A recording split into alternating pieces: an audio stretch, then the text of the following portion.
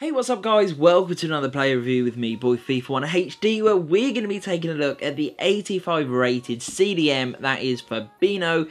Now before we do, as always, if you enjoy the video, please remember to hit that like button, as that will really help me out, and the subscribe button too, of course, if you are new to the channel. And if I can help you guys out in any way possible, maybe you got questions about Fabinho or FIFA 19 in general, then ask away in the comments, as I'll be happy to answer those for you.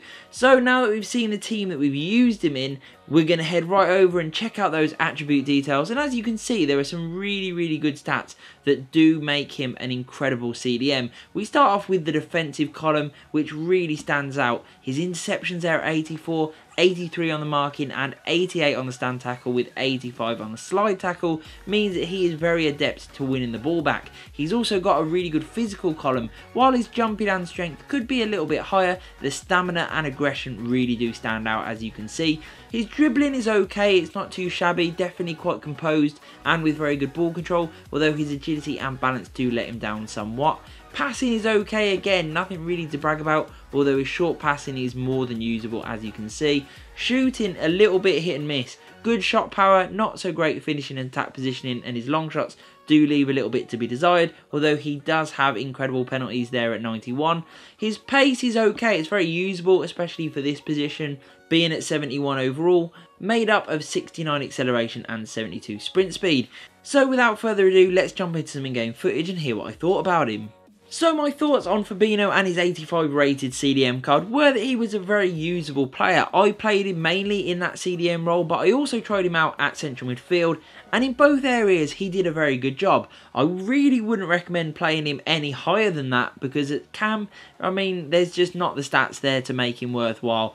But at CDM or central midfield, he is definitely going to be a ball-winning midfielder who can spray the ball about, get it into the players who can make things happen, and will get your team moving in the right direction.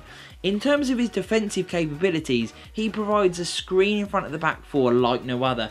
He sits in that hole in front of the defence between the midfield where he just picks up any loose ends, he shuts the door on your opponents, and that is exactly what you want. Even though his strength, when we looked at the stat, didn't seem amazing, but it really is quite OP in game. I think it's the size of the man, the way that he plays and how aggressive he is, just means that he wins absolutely everything that comes near him.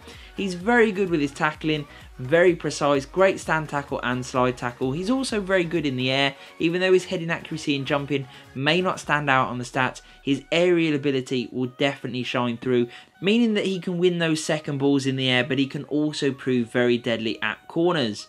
In terms of his dribbling and use of the ball, he's okay. He can definitely use it quite well once he wins it back, which he inevitably will because he's so good in those defensive areas. He's got a lovely range of short passing. He can find people very quickly and with absolute pinpoint accuracy. I wouldn't go ahead and try any Hollywood passes, but with this guy you can definitely get the ball to those who can. In terms of his dribbling, he's very neat and tidy, but nothing more. He'll be able to get himself out of a tricky situation or two, but I wouldn't go on any mazy runs.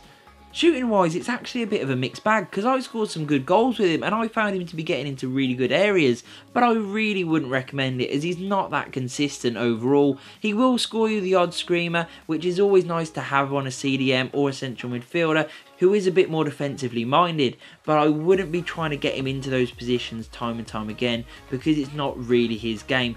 Penalty wise, as we saw in the stats, that is a really good stat, and it means that the game will probably try and pick him as one of your penalty takers. I found his penalties to not be as good as maybe that stat suggests, and probably that is down to how good his finishing and shot power and long shots are.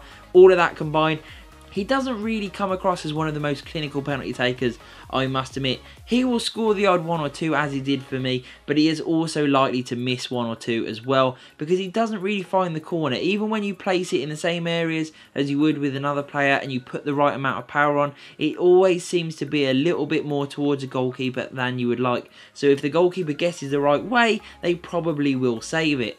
That being said, in defensive areas at CDM, this guy is one of the best. I think he's a little bit overpriced at the moment, but once his price does settle down, I think he's definitely one that will be in a lot of people's teams and with good reason for it. I've given him an 8.5 out of 10 because in those defensive areas, he proved very capable and he was also able to chip in with a goal or two. So I hope you've enjoyed this review, guys. If you did, please hit that like button, hit the subscribe, and peace.